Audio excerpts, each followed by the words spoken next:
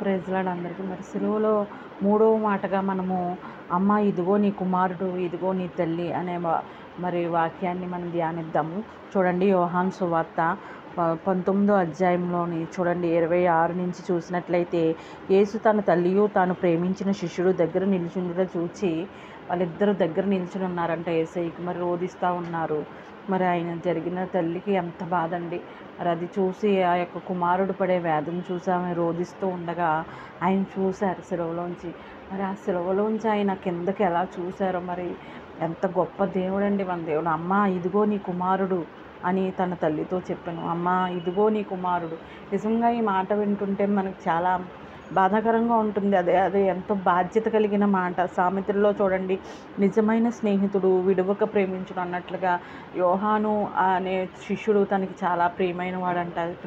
దేవుడు ఎంతగానో ఆయన్ని ప్రేమించారంట. మరి ఆ యొక్క దేవుడు మరి వాళ్ళిద్దరూ నిల్చుండట చూసి ఇదిగో నీ కుమారుడని అప్పగించినట్లుగా ఆయన బాధ్యతను మర్చిపోకుండా ఇక్కడ ఆయన బాధ్యతను ఒకసారి గుర్తు చేసుకున్నట్టుగా మనం చూస్తూ ఉన్నాము.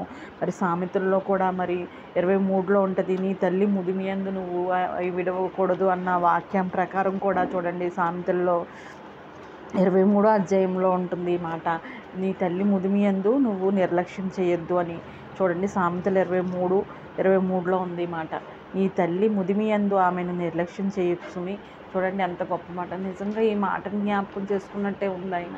ఆయన యొక్క అంత వేదంలో ఎర్రటి ఎండలో ఆయన శరీరం అంతా కూడా రక్తమయమై ఆయన ఎంత అసలు ఇంకా చిన్న ఓపిక కూడా లేని స్థితిలో ఆయన తల్లిని చూసి ఆయనకు ప్రియమైన శిష్యుడికి ఆ తల్లిని అప్పగించినట్లుగా ఆయన బాధ్యతను నెరవేర్చినట్లుగా మనం చూస్తూ ఉన్నాము.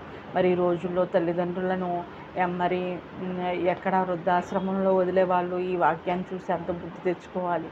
మరి ఆ తల్లిని అలా అప్పగించాడంటే అంత వేదనలో ఆయన అంతకు ముందు ఎంత బాగా చూసుకుని ఉంటారో, ఆయన దగ్గరే తల్లి దగ్గరే ఎక్కువ ఉండేవారంటే యేసయ్య. మనకి అంత ఇందులో రాయబడలేదు కానీ మరి అంత ప్రియమైన బిడ్డగా తల్లికి చెప్పిన మాట వింటూ చక్కగా ఉండేవారంట మరి యేసయ్య. మరి అలాంటి తల్లిని ఆయన వదలకుండా ఆ యొక్క అంత సిలువ వేదంలో ఆమెను జ్ఞాపకం చేసుకుని శిష్యుడికి అప్పగించినట్లుగా చూస్తున్నాం. మరి మనమేం చేస్తున్నాము ఈ రోజుల్లో? మనమేం చేస్తున్నాము ఒక్కసారి ఆలోచించండి. తల్లిదండ్రులని రక్ష పెట్టకుండా ఉండాలి. తల్లిదండ్రులే కాదు, ఆ యొక్క వృద్ధులైనటువంటి వారు ఎవరినైనా సరే మనం గౌరవించాలి. ప్రతి ఒక్కరి ఏళ్ళ కూడా మనము గౌరవ అభిమానాలతో ఉండాలని దేవుడు ఇక్కడ మనకి ప్రేమను నేర్పి వెళ్ళారు.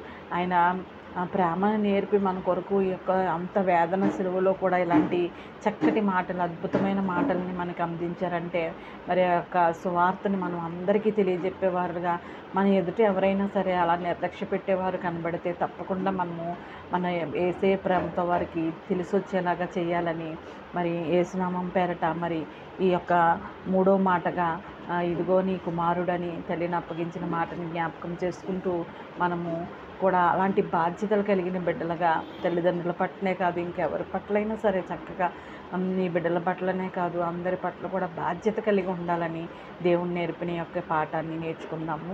అలాగే జీవితంలో అన్వయించుకుందాం. ఆమేన్. హల్లెలూయా.